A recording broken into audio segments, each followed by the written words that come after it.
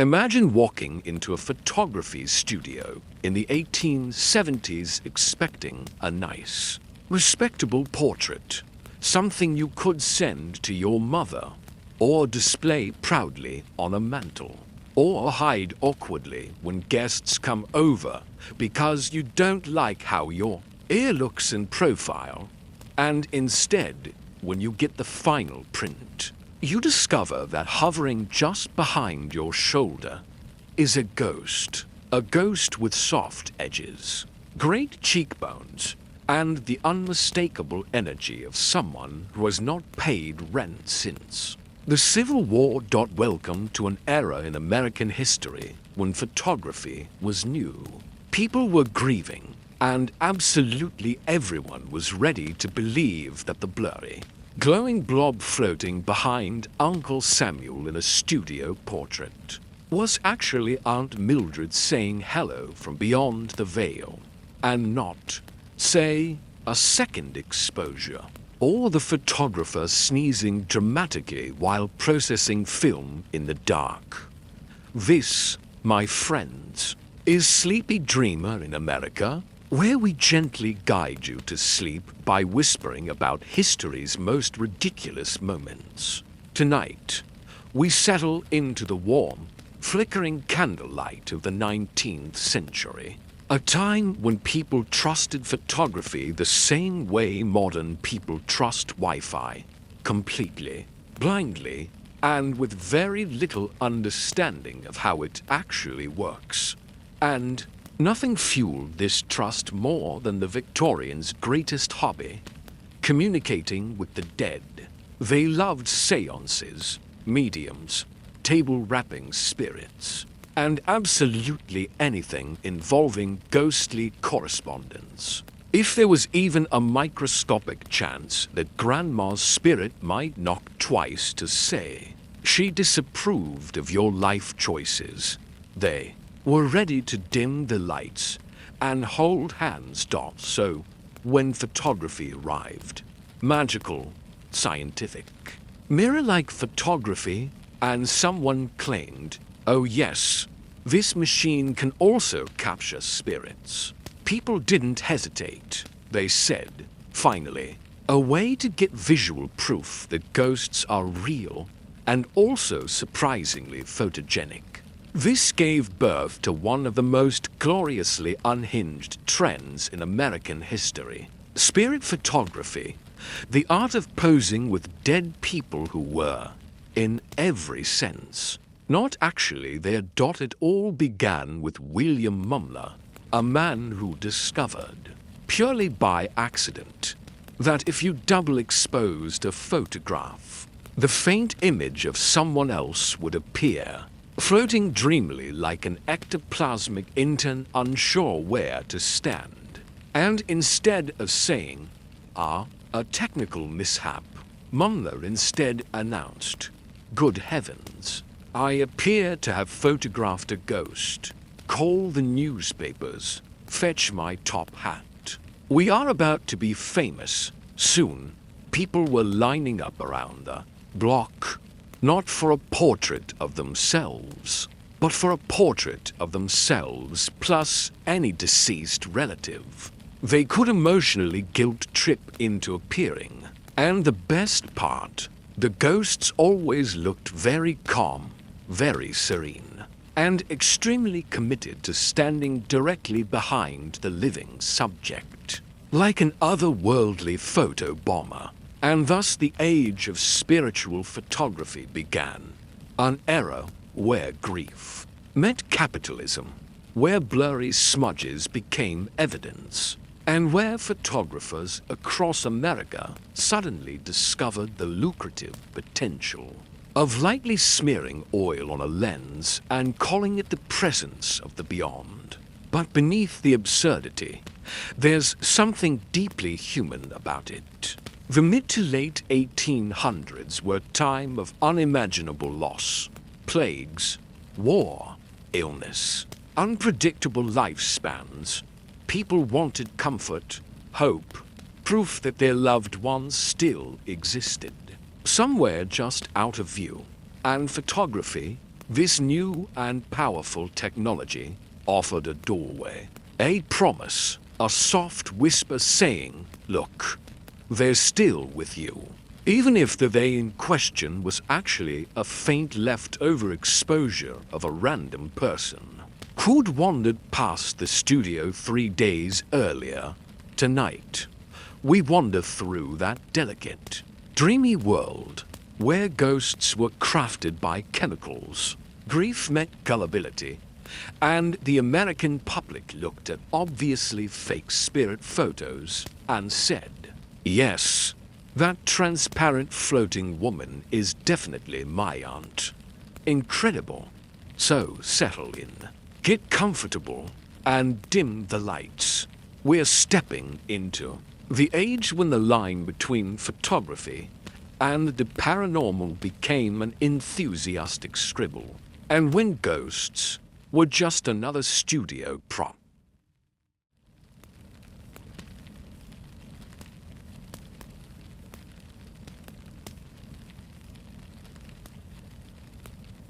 To understand how spirit photography captured the imagination of an entire nation, we have to step into the mind of the Victorian public. A group of people who loved 3 things above all else: taking formal portraits, having strong opinions about mustaches, and obsessively communicating with the dead. The Victorians were not subtle about their grief. They wore black mourning clothes for an amount of time that could only be described as emotionally committed. They kept locks of hair. They wrote melodramatic letters. They hosted seances the way modern people host brunch.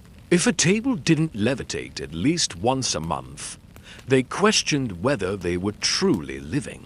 So when photography arrived, Victorians treated it not as a technological innovation, but as a magical device sent directly from the heavens, or possibly from the unsettling region between life and afterlife where ghosts drink tea and complain about humidity. Photography felt supernatural. It captured reality. It froze time. It preserved faces long after the faces themselves were no longer alive. You could look at a photograph of someone who had died years ago and feel, for a brief moment, like they were still here. And that, for grieving Victorians, was enough to spark an idea.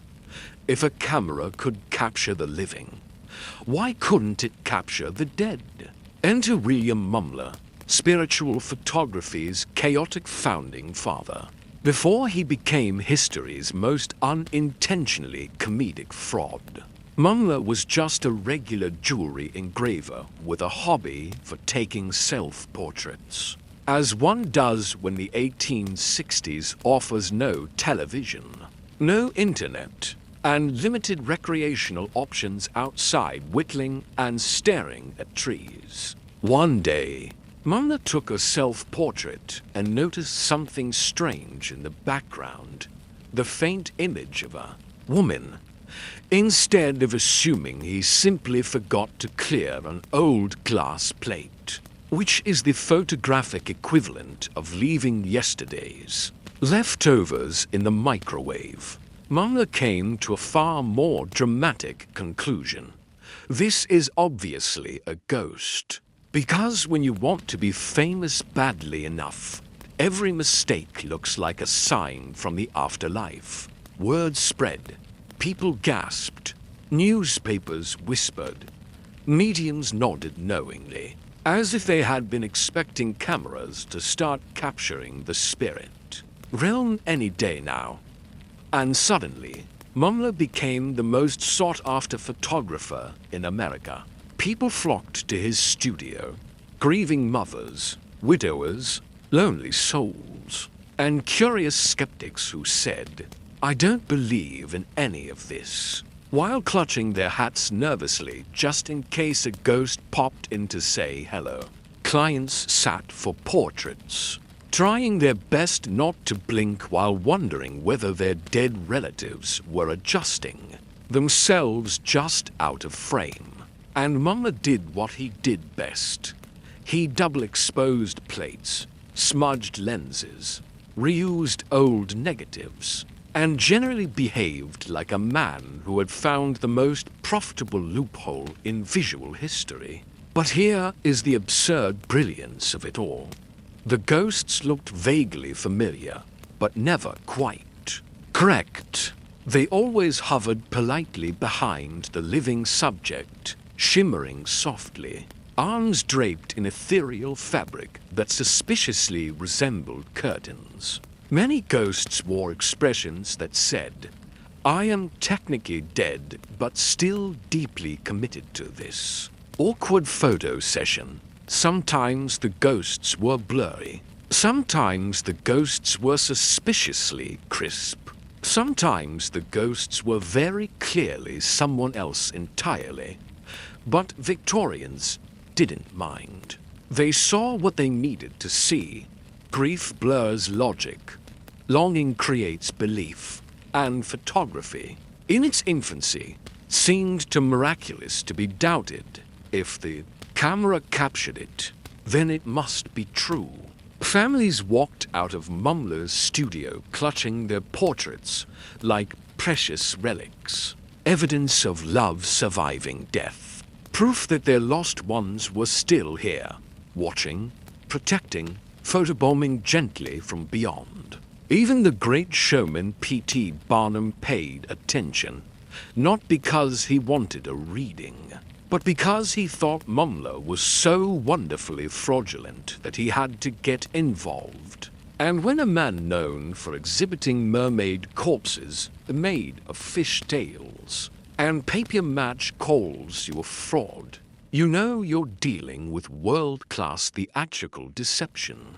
But before Mumler's downfall, before the courtrooms, the trials, the scandal, there was this period of pure, unfiltered wonder, a moment in American history when technology was new enough to be magical, grief was widespread enough to be overwhelming, and gullibility was high enough to fill every studio seat. Spirit photographers began popping up everywhere. Some genuinely believed they were helping people. Some knew they were running scams and did it anyway. Some were just excited to experiment with ghostly effects because who doesn't love an aesthetic? Studios advertised services like capture your departed loved one, see spirits revealed before your eyes, make memories everlasting, even the ghostly ones. And the public responded with enthusiasm bordering on spiritual FOMO. Because in a time before digital manipulation, before CGI, before Photoshop, filters labeled things like ethereal glow. Seeing a faint figure in a photograph felt like witnessing the impossible. It felt like proof. It felt like comfort. It felt like a bridge between two worlds. And it felt, undeniably, like magic. So the age of spiritual photography blossomed. Not because it was scientifically sound, but because it fed a very human hunger, the need to believe that the people we love never truly leave us. Whether they actually haunt our photos or simply haunt our memories, well, that's a question as soft and persistent as a whisper in a dark room. And that's where we continue next, into the studios, the schemes, the skeptics, and the remarkable cultural moment. When ghosts were not spooky intruders, but welcome participants in family portraits.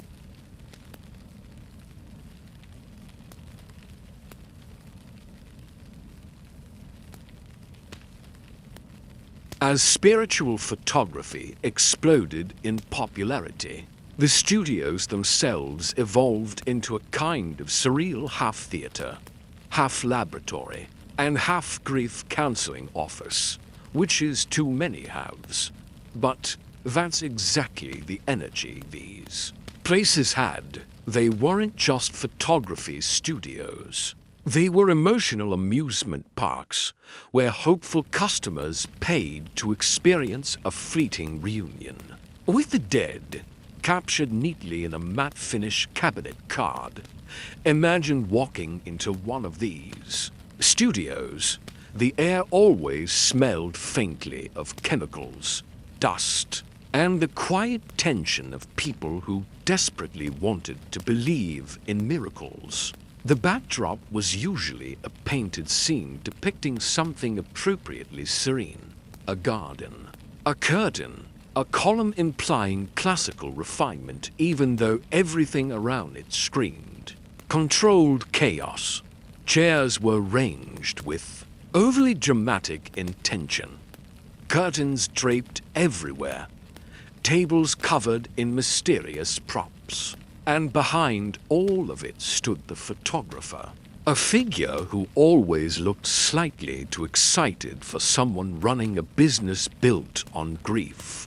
Because spirit photographers had become minor celebrities, part artist, part medium, part magician, and part guy who definitely knows how to double expose a plate on purpose. Clients came in trembling with anticipation. Will my son appear? Will my wife? Will my long-lost cousin who owed me money? The photographer would give a reassuring nod, the kind of nod that suggested he had personally spoken to your entire family tree that morning. Then he would pose you carefully, adjusting your shoulders with ominous gentleness, as though the slightest misalignment might offend the spectral guest star, who was maybe floating just over your right shoulder. And then the long exposure cameras. Back then required subjects to hold still, completely still, absolutely still. If you sneezed, you'd ruin the shot. If you blinked too enthusiastically, you'd blur yourself. If you breathed too confidently, you might accidentally inhale some of the chemicals. Meanwhile, the photographer, moving around behind you like a mischievous stagehand, arranged his ghost. The second plate, the faint exposure, the transparent figure soon to be immortalized forever as your dearly departed Aunt Mildred. Sometimes it was a reused negative from another client, which made for awkward moments. When customers said, "That's not my Aunt Mildred," and the photographer would gently insist. Spirits often change their appearance. Very common. Ghost behavior. Other times, the photographer instructed an assistant to stand behind a thin cloth, their features barely visible, giving a ghostly silhouette. If the assistant had the day off, a mannequin might step in. If the mannequin had the day off, which is concerning, they'd just use a smudge of light and claim the spirit was shy. This meant the ghosts in spirit photos came in a fascinating variety. Some were elegant, with flowing robes and thoughtful expressions, like angels who had wandered into a family portrait by mistake. Some looked strangely casual, as if they had been pulled out of bed for the photo and were still annoyed about it. Some hovered with uncanny confidence, leaning into the frame like uninvited guests at a dinner party.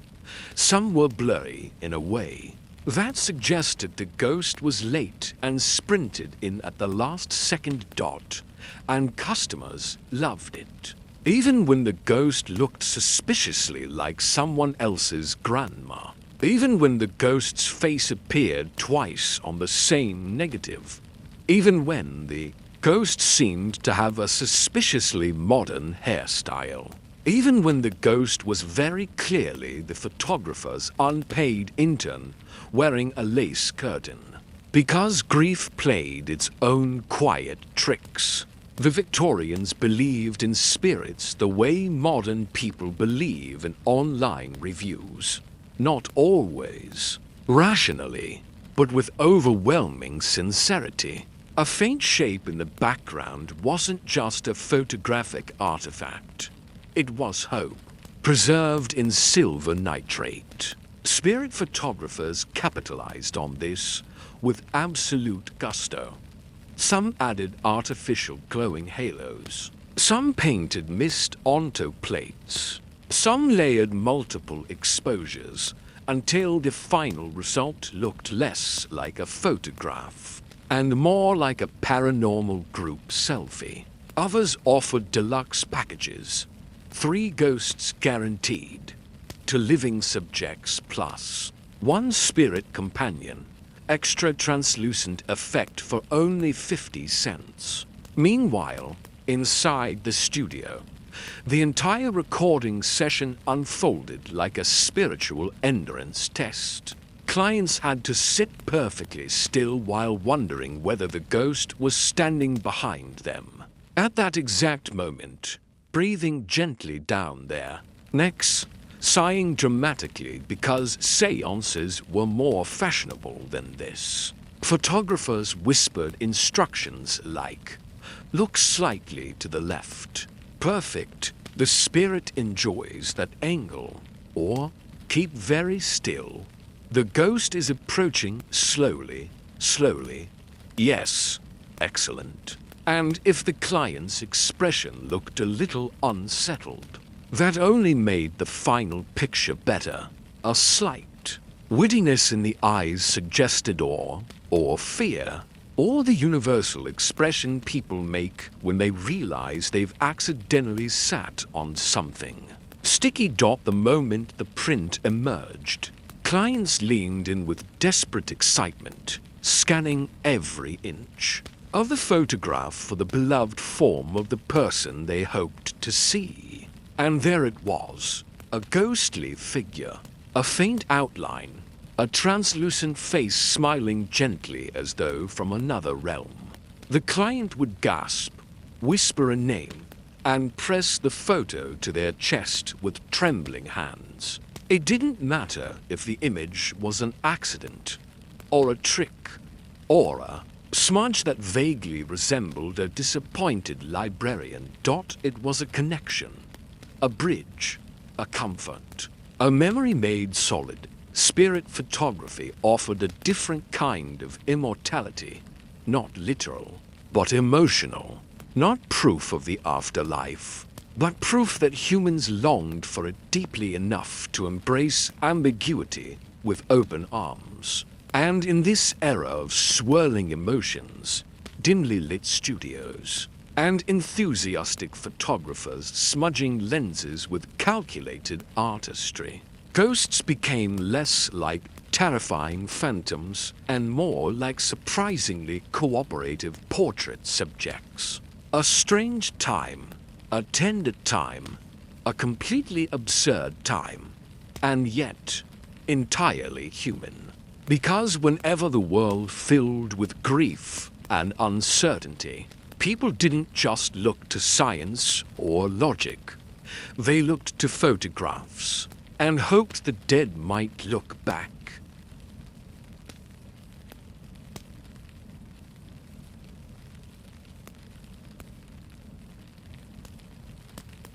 As the craze for spirit photography spread across America, like an overly enthusiastic seance invitation, something inevitable happened.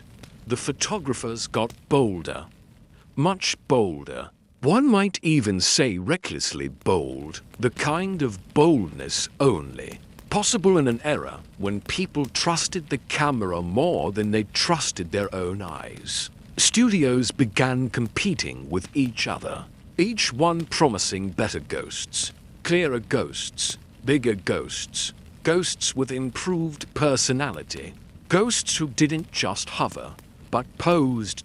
This was the golden age of commercialized grief. Photographers saw the money pouring in and said, "Spirits? Yes, Absolutely.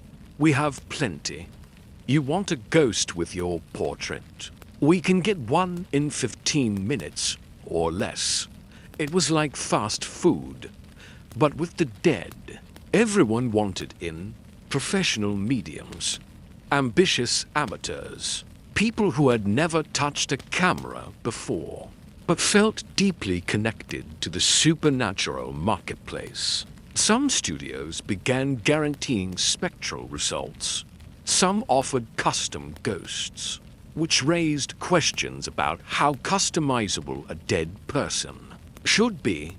Some even claimed to specialize in celebrity spirits. For the brave customer willing to admit they secretly wanted a portrait with Abraham Lincoln.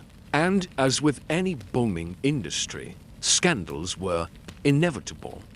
The first big scandal erupted when skeptics started pointing out that many of the ghosts in spirit photos looked suspiciously like people who were not dead. Take, for example, the case of a husband who brought home a spirit photo proudly displaying the ghost of his late wife, only for a neighbor to say, "Oh, that's weird. She looks exactly like my cousin Mildred, who is very much alive and currently in Ohio." This raised uncomfortable questions. Questions photographers tried to answer with phrases like, "Spirits appear as they wish. Ghosts choose forms we do not understand. Maybe your cousin is more spiritual than you realize." Another scandal erupted when customers realized the ghost in their portrait had appeared in multiple other portraits, usually wearing the same ghostly outfit and striking the same ghostly pose. One woman famously said, "Why is my husband's spirit haunting everyone else's wedding photos?" To which the photographer responded, "He is a very social ghost." But the biggest scandal of all came when the public slowly realized that some photographers were not only faking ghosts, but doing so with the subtlety of a toddler, hiding under a blanket and insisting they're invisible. Some ghosts had feet. Some ghosts cast shadows. Some ghosts were oddly solid. Some ghosts appeared to be fully functioning adults, wearing modern suits. Some ghosts had the photographer's assistant's face, and the assistant was standing right there, alive, holding a sandwich. And yet, the industry continued to flourish. Because here's the truth that no scandal could erase. People wanted to believe. They needed to believe, even when the photos grew stranger, even when a ghost appeared upside down, even when a ghost had suspiciously crisp eyebrows, even when a ghost had a mustache that was unmistakably drawn with pencil, even when the ghost looked like it was saying, "Listen, I didn't ask to be here. I'm just trying to float peacefully." Clients still flocked to studios because hope always arrives before skepticism, and grief can turn smudges into miracles. But not everyone was enchanted. This was the age of rising scientific inquiry, the era of electricity, telegraphs, railroads, microscopes, and with science came skeptics, curious, determined, slightly irritated people who looked at a spirit photo and said, "This is definitely nonsense, and I'm willing to prove it using math." Physicists began studying the images. Chemists analyzed the plates. Early forensic experts squinted at the prints like disappointed parents, examining a child's suspiciously elaborate school project. And the verdict remained the same. These are double exposures. These are accidental overlays. These are smudges. These are definitely not ghosts. But believers pushed back. They insisted the skeptics simply lacked spiritual insight. That ghosts revealed themselves only to those with open hearts. That science could never understand the energetic vibrations of the dead. That their cousin Mildred truly was haunting the photo, even if the ghost was wearing a dress she never owned. Public debate grew louder, breathier, more dramatic. Newspapers published glowing reviews of spirit studios. Other newspapers declared them fraud factories. Pamphlets circulated explaining how to photograph ghosts at home. A DIY movement with deeply chaotic potential.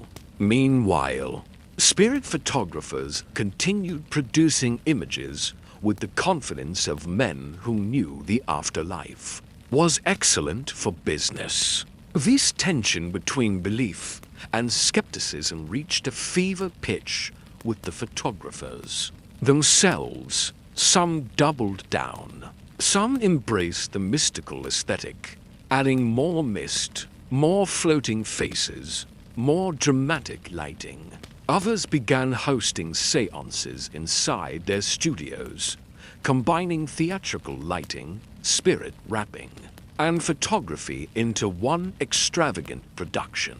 A few became infamous for staging ghost apparitions in total darkness, encouraging customers to gasp dramatically, while the assistant in the back waved a piece of gauze on a stick. It was absurd. It was theatrical. It was hauntingly human. And it was incredibly popular. Meanwhile, the public was split almost evenly down the middle. Half believed they were witnessing proof of the spirit world.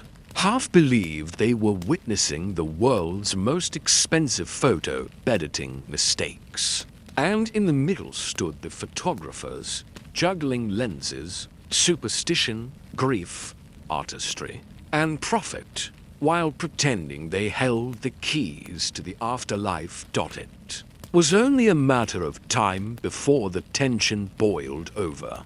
Only a matter of time before skeptics, scientists, and very annoyed husbands banded together to expose the truth. But before the great unraveling, before the courtroom showdowns, before the ghostly empire began to crumble, the craze would reach its chaotic peak, a peak filled with bigger ghosts, stranger photos, and the irresistible Victorian urge to summon the dead, even if the dead were not entirely available for the appointment.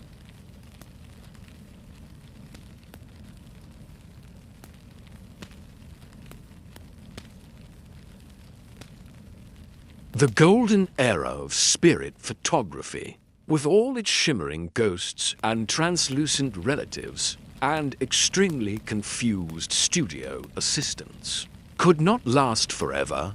Eventually, the mixture of skepticism, drama, and mild outrage reached a temperature hot enough to cook the entire industry like a Victorian casserole. And at the center of the storm stood William Mumler, the original ghost peddler, the man whose accidental double exposure had launched 1,000 spectral cameos. As his fame grew, so did the whispers. Customers began comparing photographs.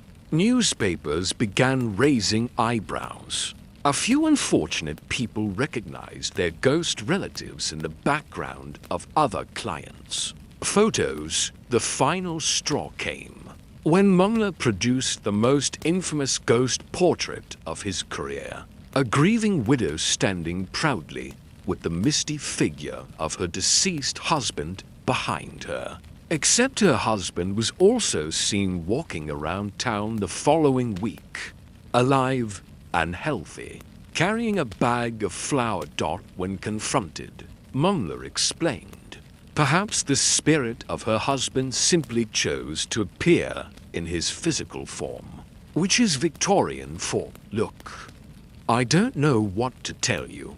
The plate was already used." Soon, prominent skeptics began sharpening their metaphorical pitchforks.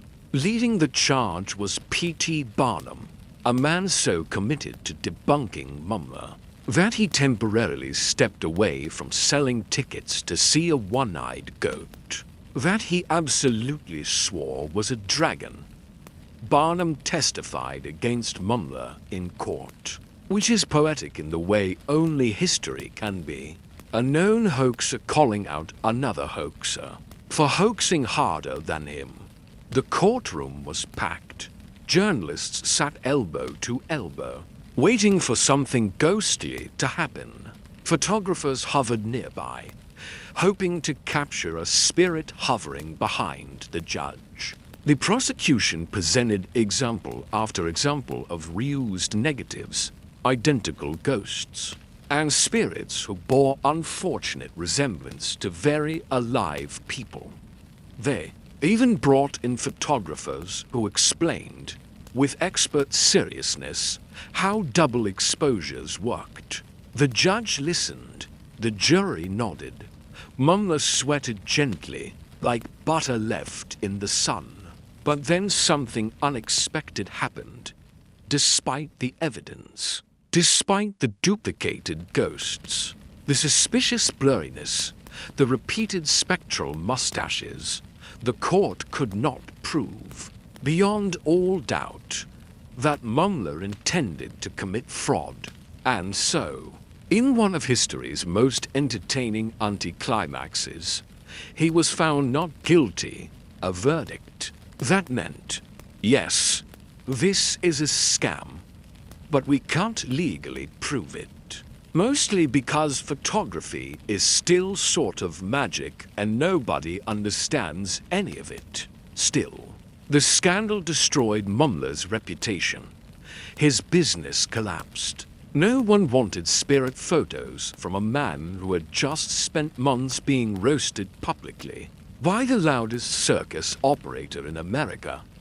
But while Mumler faded, spirit photography did not die with him. In fact, the scandal only made it stronger. The Victorian public looked at the trial and said, well, the court didn't convict him, so ghost photography must still be real, which is a truly inspiring level of logic. Dozens of new photographers rose up to fill the void, each with their own special style of summoning the supernatural. Some specialized in hazy silhouettes. Some claimed their ghosts glowed. Some boasted about capturing not just people, but pets from beyond the grave, leading to portraits featuring faint, floating dogs that looked like they were mid-bark and confused by the entire situation. Others took the craft to new ridiculous heights. One studio offered full-body spirit portraits, which involved layering so many exposures that the final image looked like a spectral pile-up on the highway between this world and the next. But the real innovators were the ones who decided that subtlety was overrated. Some ghosts were so solid they appeared to have weight. Some were positioned dramatically, arms outstretched like opera singers. Some hovered diagonally for reasons never explained. One ghost famously appeared holding what looked like a sheet of paper, as though it had wandered into the shot carrying notes from Ghost School. And all the while, believers defended the images fiercely, for every skeptic pointing out the duplicated faces there were to Victorians insisting, no, that is definitely my dear departed husband, even if he looks 10 years younger and a bit more muscular in the afterlife. Newspapers ran wild with the controversy. Some printed heartfelt stories of spiritual reunions. Others printed biting satire.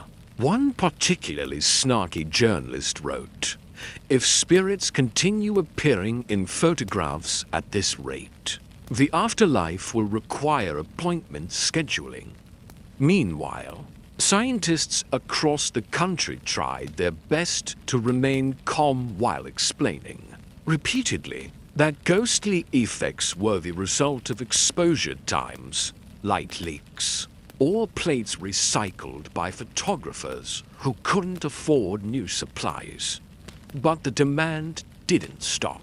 Photography studios continued offering spiritual images because, scandal or not, as long as people grieved, people believed, and grief was plentiful. Disease, childbirth mortality, war, economic hardship, loss touched nearly every family. Spirit photography offered something no scientist could compete with: closure, comfort, a chance to imagine that nothing truly disappears. Ghosts became familiar, even friendly, not terrifying visitors, but reassuring presences, not phantoms of dread, but companions in grief. And yet, despite how comforting the images appeared, something new was beginning to stir. A shift in technology, in culture, in skepticism. Photography was improving. People were learning how cameras worked. Scientists were gaining influence.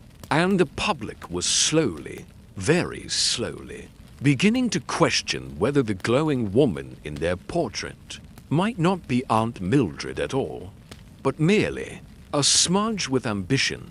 Spirit photography was reaching its peak. And what comes after the peak? The unraveling. But before it unraveled, it would reach heights of absurdity and sincerity that the world had never seen before.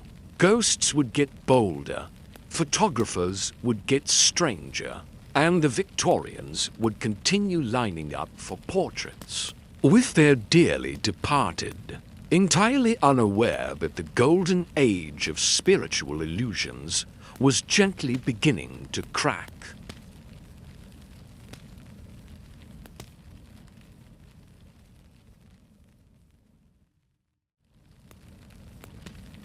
As the Victorian decades rolled on, something curious began to happen. Photography improved. Lenses sharpened. Film got clearer. Cameras became faster. And the accidental blurriness that once made ghostly effects feel magical started to disappear. This posed a serious problem for spirit photographers, whose entire business model depended on the camera making mistakes. The ghosts had always thrived in the grainy, blurry, unpredictable world of early photography. But now, the ghosts were in danger of looking embarrassingly fake.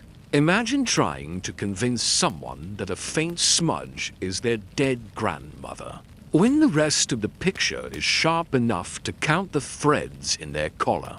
The contrast was getting too obvious.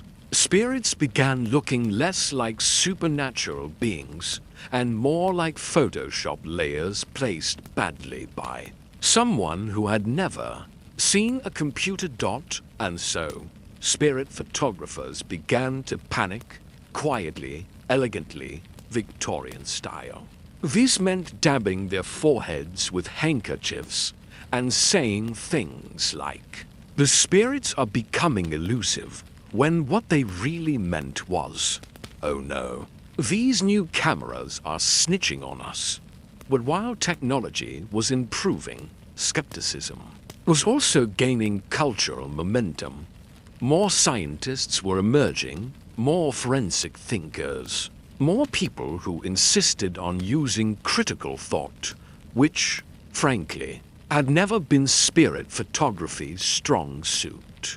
People began to attend public lectures titled things like Ghosts and Why Probably Not, delivered by professors with impressive mustaches and a personal vendetta against blurry nonsense. They demonstrated double exposures live on stage, recreating ghost effects using volunteers from the audience, much to the horror of believers who had just spent money on a similar effect. In a studio, one exposure, the professor would shout dramatically, "Another exposure.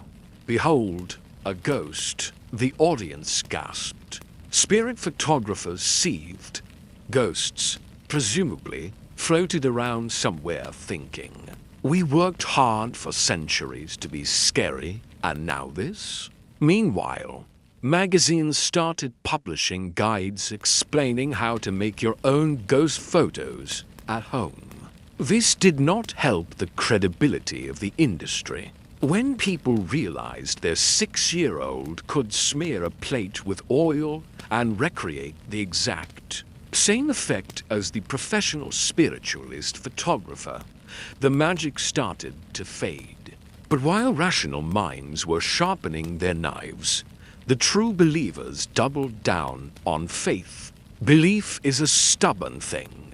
It does not yield easily to logic. It does not collapse in the face of a demonstration. It simply nods politely, thanks you for your scientific insight, and then continues believing exactly what it wants to believe. And grief does not. Listen to photography lectures. So while skeptics grew louder, so did the determined whispers of mediums, spiritualists, and clients who wanted desperately to believe that the faint face in their portrait was indeed someone they had lost. Even as logic cut the strings, the heart held tightly. Some believers argued that the clarity of new cameras proved the ghosts were real. If the new technology captures spirits more clearly, they said, that means spirits are becoming more powerful, more willing to show themselves. This was a spectacularly confident leap of logic, the kind you would only hear in an era when people juggled both rigorous science and deep superstition at the same dinner table without a hint of irony. And the photographers, faced with clearer technology, they adapted. Some began using painted glass plates to embed ghostly figures directly into the background. Some physically scratched images onto negatives, creating ectoplasmic trails that looked suspiciously like someone had been doodling. A few collaborated with actors who posed dramatically as spirits, draped in gauze, staring solemnly, sometimes looking just a bit too alive. One photographer, ambitious and perhaps slightly over-caffeinated, began layering 3 ghosts into every photo. His images grew so crowded that living subjects appeared overwhelmed, like introverts trapped in a supernatural networking event. At the same time, the industry began marketing itself with newfound spiritual vocabulary. Ghosts were no longer simply spirits. They were etheric energy forms, astral manifestations, vibrational remnants, or, my personal favorite, extrasensory companions. Extrasensory companions. The Victorian term for oops. I reused a plate. And yet, there was something strangely wholesome about it all. Spirit photography, for all its technical dishonesty, offered comfort during a time when comfort was rare. Disease stole children. War stole husbands. Distance stole relatives who never returned. The photos filled an emotional need that reality refused to satisfy.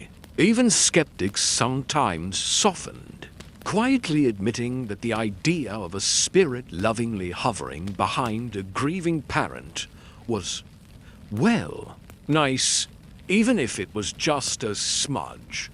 But the age of innocence was coming to a close. As photography improved, so did its ability to reveal fraud. Ghost images began to look more like smudges sitting awkwardly on crisp backgrounds. People started asking questions, statistically concerning. Numbers of people started attending skeptical lectures. Ghosts were beginning to look less supernatural and more like an intern in a bedsheet. Tension grew. Skeptics rolled up their sleeves. Believers dug in deeper. And spiritual photographers realized they were running out of fog, soft focus, and excuses.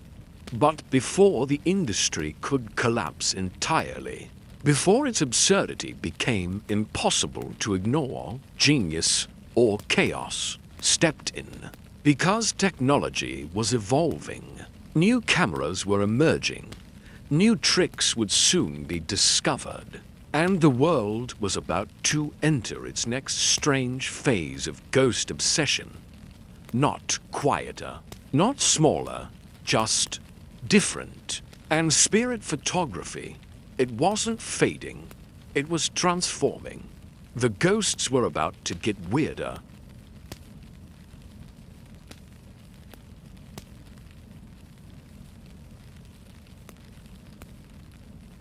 As the Victorian age marched toward the 20th century, spiritual photography didn't fade quietly into the background, like a ghost realizing it's late for another haunting. Instead, the movement entered a kind of second adolescence, a phase where it grew louder, stranger, more experimental, and faintly desperate. If the early era of spirit photography was defined by soft, shy, blurry ghost cameos, the later era was defined by ghosts that looked like they had been to a theatrical. Finishing school, gone were the faint silhouettes. Gone were the mild suggestions of spirits. Now the ghosts had opinions. Now the ghosts had confidence. Spirit photographers began creating images so dramatic, so theatrical, so aggressively supernatural that anyone looking at them today might think, was this made to comfort grieving families or to audition spirits for a community theater production? Ectoplasm was the new trend. That mysterious, gooey, supernatural substance that mediums claimed slowly oozed out of their mouths during seances. Like ghost-flavored taffy, if that sounds unsettling, it was. And naturally, photographers tried to capture it, but ectoplasm proved surprisingly camera-shy, especially since it did not actually exist. So photographers simply made it up. They used cheesecloth, muslin, cotton batting, cigarette smoke, gauze, and, in one memorable case, the corner of a tablecloth someone was too embarrassed to admit had fallen into the frame. These ectoplasm photos often featured mediums sitting, stiffly in chairs, eyes rolled back dramatically, while ghostly fabric ropes poured from their mouths, like they were slowly regurgitating a Victorian curtain. Believers swooned, skeptics screamed into the void, and photographers said, "Would you like the deluxe ectoplasm package or the basic?" Meanwhile, the ghosts themselves started appearing in increasingly theatrical ways. Some floated upside down as if performing advanced spiritual gymnastics. Some peeked out from behind curtains like shy but curious toddlers. Some appeared as glowing blobs with the suspicious outline of a photographer's thumb. One particularly ambitious photographer created images where the ghosts wrote messages, actual sentences that appeared floating in the air, as though the spirits had bypassed haunting entirely and moved directly into advertising. "Tell mother I am well. Do not fear. Also please pay the remaining balance for your photograph." But it was not enough to simply photograph ghosts. Now, the public wanted interaction. This led to the rise of spirit composite portraits, in which photographers combined images of living clients with ghost images ranged around them, like a spectral family reunion. These compositions often included a deceased mother floating above the living daughter, a dead uncle peering over a shoulder, a family dog hovering under a table, a Victorian child ghost with unsettlingly sharp eyes, a random extra ghost included. At no additional charge, the result was less a portrait and more a supernatural group photo, in which living and dead alike tried to find flattering angles. The public adored these images. Collectors traded them, spiritual magazines printed them, lecturers traveled with lantern slides to show audiences proof of the afterlife. Ghost fandom was born. This was the moment when spiritual photography stopped being just a grieving tool and evolved into entertainment, a paranormal spectacle designed to wow audiences, not soothe them, and like any entertainment trend, it attracted enthusiasts. Some Victorians became ghost collectors. They filled albums with photographs of strangers' ghosts. Because collecting baseball cards hadn't been invented yet, and collecting spirits was the next best thing, some arranged their parlor walls with ghost portraits. Some carried spirit photos in lockets. Some mailed spirit postcards that said things like, "Wish you were here," and also not dead. The paranormal became fashionable. Seances became social gatherings. Mediums became celebrities. Ghosts became personalities. And photographs became proof, even though the proof was increasingly theatrical, flamboyant, and sponsored by 8-second exposure times. The scientific community grew louder in opposition. Photographic societies published furious editorials. Magicians, experts in illusion, exposed tricks on stage to roaring crowds. Harry Houdini, in particular, made it his personal mission to debunk fraudulent spiritualists. He traveled city to city, demonstrating how every ghostly effect could be replicated using nothing more than clever staging, and an assistant who was willing to crouch in uncomfortable positions. Houdini's crusade ignited public debate. Believers said he was closed-minded. Skeptics said he was a hero. Photographers said, "Please stop ruining our entire business model." But even as the scientific, magical, and skeptical communities tag-teamed an all-out assault on the spiritual photography industry, the movement refused to die. Because belief is sticky, because grief is persistent, because people want the world to be bigger, stranger, kinder than it is, and because ghosts, even fake ones, held power. A portrait with a ghost wasn't just an image. It was reassurance. It was wonder. It was permission to hope. And so, ghost photographs continued to circulate long after they stopped making sense. Images of floating heads, glowing hands, children playing with transparent playmates. Mediums bathed in supernatural smoke that looked suspiciously like cigar fumes. One photograph famously featured a ghostly cat, which, according to the photographer, had the good manners to appear only halfway because eternity is a busy schedule. By the early 20th century, the golden age of spirit photography was beginning to dim. But it wasn't gone. It had simply evolved into something weirder. The ghosts were no longer just studio props. They were cultural symbols. They represented longing, fear, imagination, curiosity, and downright stubborn refusal to let reality dictate what people should believe. But the curtain was beginning to fall, slowly, gently, spectrally. The final act was approaching. The revelation, the collapse, the legacy. The era of ghostly illusions was about to end, and yet its fingerprints would remain on photography, on media, on belief, even into the digital age, because humans never truly stop seeing ghosts. We only change the tools we use to create them.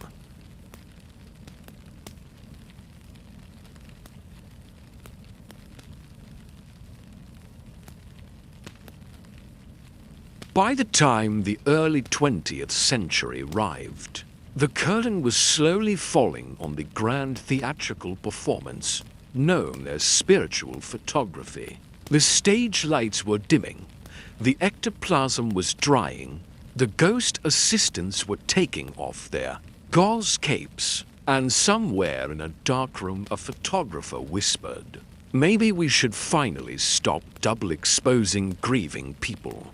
But ending a craze as emotionally powerful as spirit photography was not as simple as turning off a camera. It required a cultural shift, a slow dawning of recognition that the mysterious images people had clung to for comfort might not be supernatural revelations, but rather evidence of highly creative Victorian mischief. First came the exposure, the big reveal. Magicians like Houdini continued touring, tearing open the curtain between illusion and reality. He recreated spirit photographs on stage with such precision that even believers started to question whether the floating head in their own portrait was a ghost or just a bored assistant standing behind photography schools began, teaching students what exposure, double exposure, and plate recycling actually meant, which was awkward for any photographer who had built a career insisting ghost images were divine messages rather than laboratory hiccups. Newspapers published more investigations. Skeptics wrote louder essays. Scientists delivered lectures with titles like "Your Ghost Photo is Definitely Not a Ghost," which, admittedly, lacked the poetry of the spiritualist titles. And most importantly of all, the public began catching their own mistakes. A widow fainted when she saw the ghost of her husband in a photograph, only to revive, look again, and realize the ghost was actually her own reflection from a previous plate. Another man thought the spirit of his cousin had appeared behind him, until he remembered his cousin was not dead and was, in fact, standing in the next room eating a sandwich, bit by bit. The spell unraveled, but while the belief began fading, the desire that fueled it did not, because the Victorians weren't simply chasing ghosts. They were chasing reassurance, proof that love continued after death, evidence that loss did not mean disappearance, a way to capture something eternal in an era when life was heartbreakingly fragile. And so, even as spirit photography collapsed as a business, its emotional legacy remained. The photographers, many disgraced, many quietly retiring, left behind albums of ghostly portraits that museums still display today. These photographs sit in glass cases, studied not as supernatural anomalies, but as artifacts of longing, each one a tiny window into a world shaped by grief, wonder, and a touch of theatrical fraud. But this is where the story turns surprisingly modern, because spiritual photography did not truly vanish. It simply ebranded. As cameras evolved, new claims emerged. People began seeing ghostly faces in film negatives, figures in the background of Polaroids, shapes reflected in mirrors, orbs floating in snapshots, usually insects, dust, or the spirit of a moth who died tragically while seeking a porch light. And then came digital photography, and oh, how the ghosts rejoiced. Suddenly every pixel was a new opportunity. Every blur became a phantom. Every lens flare became an angel. Every badly timed photobomb became evidence of the afterlife. Ghost hunters emerged with night vision cameras, declaring triumphantly that any shadow, mist, or smudge was supernatural, especially if accompanied by dramatic commentary and a soundtrack that suggested impending doom. Social media, in particular, reignited the tradition with absolute Victorian enthusiasm. People posted ghost photos with captions like, "What do you think this is?" which is the modern way of saying, "Please validate my hopes and fears simultaneously." And so the legacy lived on. But the true beauty of this strange chapter of history is not in the ghosts themselves, real or imagined. It's in what the phenomenon reveals about people.